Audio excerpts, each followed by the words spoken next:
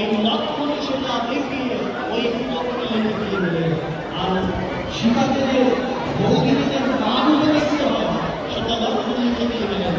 রঘুপতি রঘুপতি মেঘনাথ বাধা বিনা শিবানন্দায় চিত্র ভিন্ন করিয়া সত্তম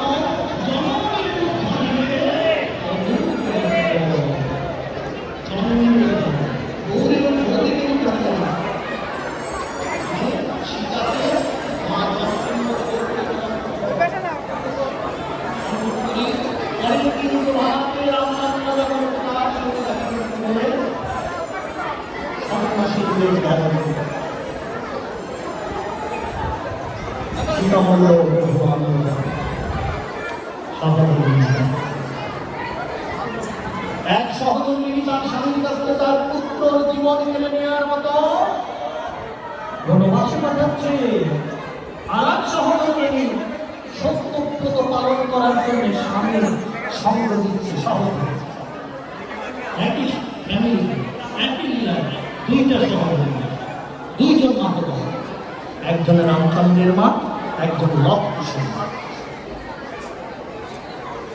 ঠিক এই মুহূর্তে রামচন্দ্র কি বললেন, যেহেতু বনে যাবে তাই সাধুদের ধারণ করবে।